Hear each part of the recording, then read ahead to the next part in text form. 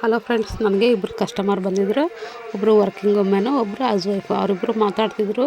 Working women ಹೇಳಿದ್ರು, ನಿನ್ನ ಕೆಲಸನೇ ಹಾಯಾಗೈತೆ, ಮನೆ ಕೆಲಸ ಮಾಡಿಬಿಟ್ಟು ರೆಸ್ಟ್ ತಗೊತೀಯ, ಮಲಕ್ಕಂತೀಯ ಅಂತಂದು ಅಂದರು. ಹೌಸ್ ವೈಫು ಹೇಳ್ತಾರೆ, ಇಲ್ಲ ನೀನು ಚೆನ್ನಾಗಿ ಹೊರಗಡೆ ಸುತ್ತೀಯ, ಫೈನಾನ್ಸಿಯಲ್ಲಾಗಿ ಇಂಡಿಪೆಂಡೆಂಟಾಗಿ ಚೆನ್ನಾಗಿರ್ತೀಯ, ಚೆನ್ನಾಗಿ ರೆಡಿ ಆಗ್ತೀಯ, ದಿನ ಏನೋ ಒಂದು ಹೊಸ್ತನ ಇರುತ್ತೆ ಅಂತಂದು ಅಂದರು. ನಾನು ಯೋಚನೆ ಮಾಡಿದೆ, ನನ್ನ ಪ್ರಕಾರ ಇದಿಬ್ಬರು ಯೋಚನೆ ತಪ್ಪೇ ಆಗ್ಬಿಡ್ತವೆ. ಹೌಸ್ ವೈಫು ಮನೇಲಿ ಇರ್ತಾಳೆ ಅನ್ನೋದು ಬಿಟ್ಟರೆ ಕಣ್ಣಿಗೆ ಕಾಣಿಸೋದು ಎಷ್ಟೋ ಕೆಲಸಗಳು ಮಾಡ್ತಾರೆ.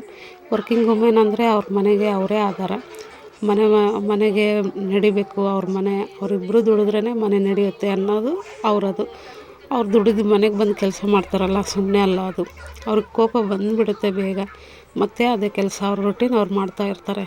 ಇದ್ರ ನಡುವೆ ಇರೋದು ನಾವು. ನಿಜ ಹೇಳಬೇಕು ಅಂದರೆ ವರ್ಕ್ ಫ್ರಮ್ ಹೋಮ್ ಅನ್ನೋದು ಕೂಡ ಟೈಲರಿಂಗಿಗೆ ಕೂಡ ಅನ್ವಯ ಆಗುತ್ತೆ. ನಾವಿರೋ ಹತ್ರನೇ ಕೆಲಸ ಸಿಗುತ್ತೆ, ಅವ್ರು ಬಂದು ಕೆಲಸ ಕೊಡ್ತಾರೆ, ಹಣ ಬರುತ್ತೆ. ಅದಕ್ಕೆ ನಮಗೆ ಗೊತ್ತಿರೋ ಈ ಕೆಲಸನ ನೆಗ್ಲೆಕ್ಟ್ ಮಾಡ್ದಲೆ ಡೈಲಿ 200 ರೂಪಾಯಿ ಸಿಗಲಿ ನಮಗೆ, ನಾವು ಆ ಕೆಲಸನ ಮಾಡ್ಕೊಂಡು ಹೋಗ್ಬೇಕು. ಇಲ್ಲ ಅಂತಂದರೆ ನಮಗೆ ಬೇಜಾರು, ನನಗೆ ಸೋಂಬೇರಿ ಆಗಿಬಿಟ್ಟೆ, ನನಗೆ ನಿದ್ದೆ ಬರುತ್ತೆ, ಈ ಥರ ಏನೇನೋ ಹೇಳ್ಕೊಂಡು ನಮ್ಮ ಕೆಲಸನ ನಾವು ಕೈ ಬಿಡ್ದಲೆ ಎಷ್ಟು ನಾವು ಒಂದು 50 ಇಯರ್ಸ್ವರೆಗೂ ಕೆಲಸ ಮಾಡೋಕ್ಕಾಗುತ್ತಾ? ಒಂದು 40 ಮೇಲವರೆಗೂ ಆಗುತ್ತೆ. ಅದಕ್ಕೆ ಯಾರೂ ಕೆಲಸ ಬಿಡ್ದಲೆ ಚೆನ್ನಾಗಿ ಮಾಡ್ಕೊಂಡೋಗ್ರಿ.